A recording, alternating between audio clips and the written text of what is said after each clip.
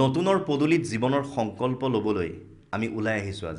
আজি কোনো বাটে পথে আমি যোৱা নাই আজি আমি খুব হাই উৰুমিৰ মাজলৈ আমি মানুহক পম খেদি আমি যোৱা নাই আমি আজি আহিছোঁ কোনো বিশেষ ব্যক্তি যিসকলে সমাজলৈ বুলি বিভিন্ন ক্ষেত্ৰত অৱদান আগবঢ়াই আছে সি সংগীতৰ ক্ষেত্ৰতেই হওক সাহিত্যৰ ক্ষেত্ৰতেই হওক ব্যৱসায়িক দিশতেই হওক চিকিৎসা বিজ্ঞানতেই হওক বিভিন্ন দিশৰ লগত জড়িত বিশেষ ব্যক্তিসকলক আমি আজি লগ কৰিছোঁ এক্সকিউজ মি এই অনুষ্ঠানৰ জৰিয়তে তেওঁলোকে বিভিন্ন সময়ত এই অনুষ্ঠান উপভোগ কৰি কেনে পায় আৰু এই অনুষ্ঠানৰ মাধ্যমেৰে তেওঁলোকে জীৱনৰ অন্য এটা মজা কি সোৱাদ বিচাৰি পায় সেই কথা আমি বুজ ল'ম আৰু লগতে নতুনৰ পদূলিত তেওঁলোকৰ জীৱনৰ সংকল্পৰ বিষয়ে আমি বুজ ল'বলৈ আহিছোঁ আজিৰ এই পদূলি মুখতে সংগীতৰ এগৰাকী স্ৰষ্টা আৰু সংগীতৰ লগত জড়িত এটি চিনাকি মুখ আমি লগ পাইছোঁ মই আজি এক্সকিউজ মিৰ এই বিশেষ অনুষ্ঠানৰ জৰিয়তে অসমৰ ৰাইজৰ বাবে প্ৰথমে লৈ আহিছোঁ এখন চিনাকি মুখ তেওঁ হৈছে মোৰ অতি শ্ৰদ্ধাৰ সুবাসনা দত্ত বাইদেউ সংগীতৰ পৃথিৱীত ইমান ধুনীয়াকৈ কাম কৰি আছে আপুনি আৰু সংগীত মানে নতুন আৰু নতুন মানে সংগীত গতিকে সংগীতৰ মানুহে সেইকাৰণে লগ পাব আহিলোঁ আৰু প্ৰথমবাৰৰ বাবে এক্সকিউজ মিত আপোনাক লগ পাই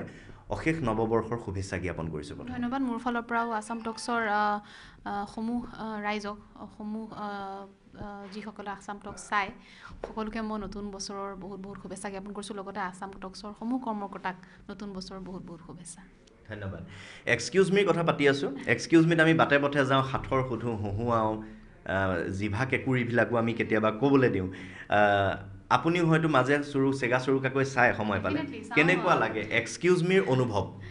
বিৰাট ভাল লাগে আচলতে আমাৰ এতিয়া আচলতে অসমীয়া ভাষাৰ চৰ্চাটো কমি গৈছে বুলি ক'লেও ভুল কোৱা নহ'ব কিন্তু তাৰ মাজতে আপোনালোকে ইমান ধুনীয়া এটা অনুষ্ঠান আৰম্ভ কৰিছে য'ত আপোনালোকে অসমীয়া ভাষাৰ এটা চৰ্চা ষ্টাৰ্ট কৰিছে মানুহৰ মাজত গতিকে সেইটো নিশ্চয় খুব এটা ভাল প্ৰশংসনীয় পদক্ষেপ আচলতে মই চাওঁ যেতিয়া সময় পাওঁ ভাল লাগে আজি আমি মানুহৰ মাজলৈ গৈছোঁ আৰু ৰাইজৰ বাবে সদায় কাম কৰি থকা মানুহসকলক আমি অসমৰ ৰাইজক দেখুৱাব বিচাৰিছোঁ আৰু আপোনাক যদি লগ পাইছোঁৱে সেইকাৰণে মোৰ মন গৈছে যে মানুহেও হয়তো জানিব মন কৰিব যে নতুনৰ পদূলিত জীৱনৰ সংকল্প বুলিলে সুবাসনা দত্তই কি ক'ব আচলতে মোৰ অকণমান কনচেপ্টটো অকণমান বেলেগ ধৰণৰ কাৰণ মই আচলতে কোনো বস্তুৰে পৰিকল্পনা নকৰোঁ কেতিয়াও নতুন বছৰ বুলি ক'লে মানে সকলোৱে নতুন পৰিকল্পনা হাতত লয় যে এই বছৰ মই এইকেইটা কাম কৰিম নিউ ইয়েৰ ৰিজলিউশ্যন থাকে বহুতৰে মোৰ কিন্তু কোনো ধৰণৰ পৰিকল্পনা নাথাকে মোৰ কামবিলাক আচলতে অকস্মাতে হয় হঠাতে কিবা এটা প্লেন কৰোঁ যে দুদিনমানৰ ভিতৰত যে এনেকুৱা এটা গান কৰিম বা এনেকুৱা এটা আমি প্ৰজেক্ট কৰিম বুলি মানে মুহূৰ্ততে প্লেনটো হৈ যায় গতিকে আগৰ পৰা পৰিকল্পনা মোৰ একো নাথাকে গতিকে এইবাৰো সেইটো তাৰমানে এটা মোৰ নিজৰ কাৰণে ছাছপেন্স মানে মই কি কৰিম এই বছৰটোত এটা নতুন গীত অলৰেডি আমি মুক্তি দিলোঁ খুব ধুনীয়াকৈ আদৰি লৈছে দৰ্শকে গতিকে চাওঁচোন আৰু আগলৈ কি কৰিব পাৰোঁ আৰু অপৰিকল্পিতভাৱে যদি মই আপোনাক কৈ দিওঁ আপোনাৰ ভাল লগা গীত এটি অপৰিকল্পিতভাৱে গুণগুণাই দিয়ে নেকি যিহেতু আপুনি পৰিকল্পনা নাই এতিয়া আচলতে মই যোনটো গীত পটককৈ মনলৈ আহিছে এতিয়া নতুনকৈ যোনটো গীত ৰিলিজ হৈছে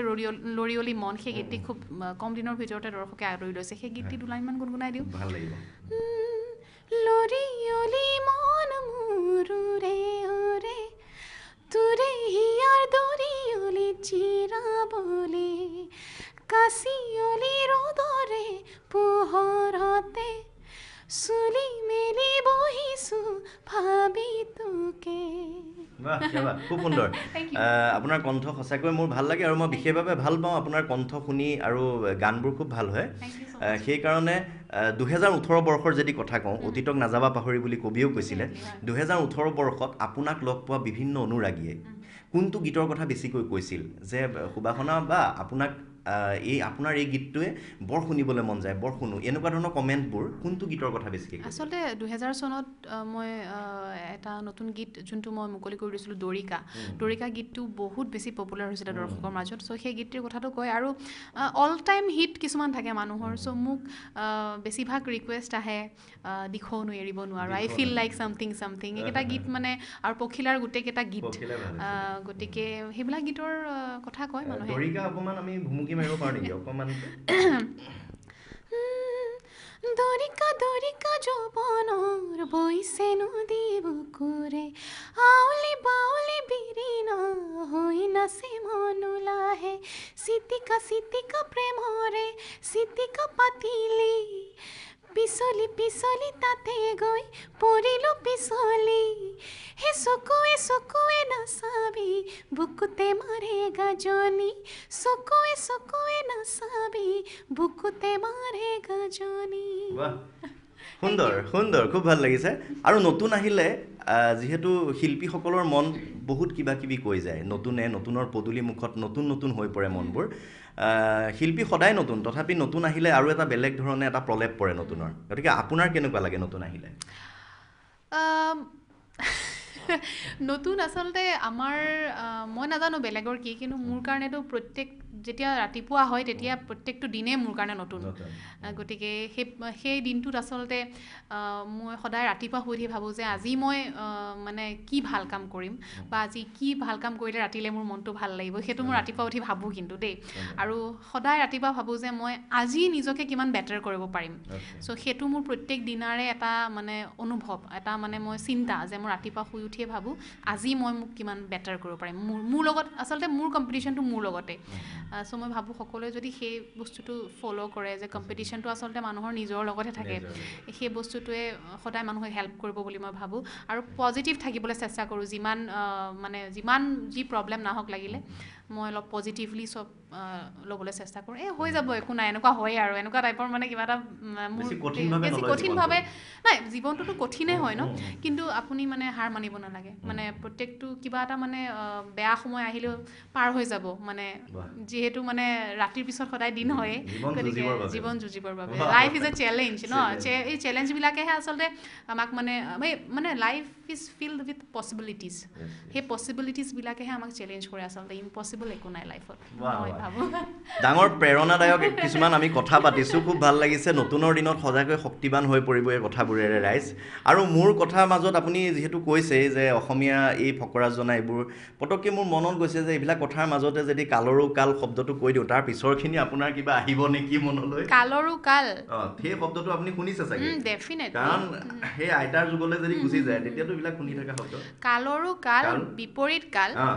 হৰিণাই চেলেকে বাঘৰ গাল বঢ়িয়া হৰিণাই চেলেকে বাঘৰ গাল এইটো কেতিয়া আমি ব্যৱহাৰ কৰোঁ কেতিয়াবা আপোনাৰ জীৱনত হৈছে নেকি এনেকুৱা এইটো ব্যৱহাৰ কৰিবলগীয়া সময় আহিছে নেকি নাই মানে কোনে এনেকুৱা বাঘৰ গাল চেলেকিবলৈ সময় পোৱা নাই মানে এনেকুৱা হৰিণা এনেকুৱা সময় অহা নাই আৰু নাহক খুব সুন্দৰ এতিয়া আপোনাৰ হাতলৈ আহিব এটা উপহাৰ আহি যাব পাৰে গতিকে মই আশা কৰিছোঁ এই উপহাৰটো মই আপোনাৰ হাতত তুলি দিম মোৰ হাতত আছে এটা উপহাৰ মই তুলি দিম আপোনাৰ হাতত আৰু এই উপহাৰটো বঢ়িয়া এইটো উপহাৰ তেনেহ'লে প্ৰিয় দৰ্শক আমি এইটো হাতত লৈ ল'লোঁ উপহাৰ আৰু কালৰো কাল বিপৰীত কাল এইটো সম্পূৰ্ণকৈ কৈ দিব পৰাৰ কাৰণে সুবাসনা বাক দি দিয়াই ভাল এইটো গতিকে এইটো উপহাৰ আপোনালৈ মই বজাই দিছোঁ আৰু লগতে আপুনি হয়তো চাহ কফি ৰাতিপুৱা গধূলি একদম মই পুৰা খাওঁ হৈ থাকে গতিকে খালি মই গাখীৰ চাহ নাখাওঁ মোৰ বিৰাট এচিডিটি আছে মই লাল চাহ খাওঁ আৰু ব্লেক কফি খাওঁ কিন্তু খায়ে থাকোঁ খোৱা হয় মানে বঢ়িয়া আৰু মোৰ মানে জিভা কেঁকুৰি বুলি যে কৈছিলোঁ এটা মোৰ মনত পটককৈ আহিছে যে সুবাসনা বাকনো কিয় মই এনেদৰে সুদা মুখে এৰি পঠিয়াওঁ গতিকে মুখত মানে আমাৰ যেনেকৈ শেষত আমি গুৱা এভাগ খাওঁ মই মানে বিদায় লোৱাৰ আগতে এই জিভা কেঁকুৰি এভাগ দিওঁ মানে যেনেকৈ ধৰি লওক আপোনাৰ চচতা চচা কামি চচতা নচচা কামি নচচা কামি বঢ়িয়া এয়াহে তাৰপিছত আপোনাৰ ধৰক বিহাৰৰ বিহাৰী বিহালীৰ বিলাহী কি বিহাৰৰ বিহালীৰ বিলাহী ভগৱান বিহাৰৰ বিহালীৰ বিলাহী হৈ গ'ল ধুনীয়া এইটো আপুনি চাহো খাব আৰু প্ৰেক্টিছ মোক কি দিবা এইটোৰ কাৰণে আপোনাক মই একাপ চাহ একেলগে আমি কেতিয়াবা খাম বুলি সুবাসনা বাক লগ পাই খুব ভাল লাগিল আৰু বৰ্তমান যিখন সংগীত জগতত বহু কেতিয়াবা বিতৰ্ক হৈ পৰে কিছুমান আহি যায় আৰু কিন্তু সংগীতৰ জগতখনৰ যি মাধুৰ্য সেই মাধুৰ্যটো কেতিয়াও হেৰাই নাযায় কিন্তু আপোনালোকৰ কণ্ঠ ইমান ধুনীয়া ধুনীয়া উপহাৰ দি আছে সংগীতক লৈ আহি থকা প্ৰজন্মটোৰ বাবে কেনেদৰে আপুনি আশাবাদী আৰু কেনেকুৱা ধৰণৰ সময়বোৰ আপুনি পাৰ কৰিব আহি থকা প্ৰজন্মৰ বাবে মই এটা কথাই ক'ব বিচাৰিম যোনটো মই সদায় কওঁ অসমৰ ৰাইজে সকলো ধৰণৰ মিউজিক শুনক আমি যেতিয়া আমি বলিউডৰ ক্ষেত্ৰতে হওক বা হলিউডৰ ক্ষেত্ৰতে হওক মিউজিকৰ ক্ষেত্ৰত মই কৈছোঁ যিকোনো ক্ষেত্ৰতে বলিউডত চাবলৈ গ'লে যেতিয়া হানি সিঙৰ গান এটা হিট হয় সমান্তৰালভাৱে অৰিজিত সিঙৰ গান এটাও হিট হৈ যায় প্ৰত্যেকটো গান হিট হয় ভাল গান বেলেঞ্চ হৈ যায় বস্তুটো কিন্তু আমাৰ অসমত আচলতে এটা ট্ৰেণ্ড সৃষ্টি হৈছে মিউজিকৰ যিটো আচলতে খুব বেয়া কথা মিউজিক ইণ্ডাষ্ট্ৰীৰ কাৰণে বুলিয়ে নহয় গোটেই মানে ৰাইজৰ কাৰণেও বেয়া কথা আচলতে এটা বেলেঞ্চ হ'ব লাগে মিউজিক ইজ মিউজিকৰ কোনো ট্ৰেণ্ড নাথাকে গতিকে মই আশা কৰিছোঁ অসমৰ ৰাইজে সকলো শিল্পীৰ গান শুনিব কাৰণ এনেকুৱা বহুত শিল্পী আছে ধুনীয়া ধুনীয়া গান কৰিছে কিন্তু গানবিলাক ইউটিউবত সোমাই আছে বহুত ভাল ভাল শিল্পী আছে কিন্তু ৰিচেণ্টলি মই ন'টিছ কৰিছোঁ এজন খুব ভাল শিল্পীৰ মানে গীত অসমৰ ৰাইজে খুব ধুনীয়াকৈ আদৰি লৈছে সেইটো আচলতে খুব ভাল কথা অসমৰ এটা মিউজিক ইণ্ডাষ্ট্ৰীৰ কাৰণে শংকুৰাজ কোঁৱৰৰ গীত খুব ধুনীয়াকৈ আদৰি লৈছে ৰাইজে গতিকে মই আশা কৰিছোঁ যেনেকৈ সেই গীতকেইটি আদৰি লৈছে নক্ষত্ৰ আৰু জলপ্ৰপাত সেই গীতকেইটি যেনেকৈ আদৰি লৈছে তেনেকুৱা আৰু বহুত ধুনীয়া ধুনীয়া গীত ইউটিউবত সোমাই আছে আপোনালোকে চাৰ্চ কৰক আৰু অসমৰ মিউজিক কি আমি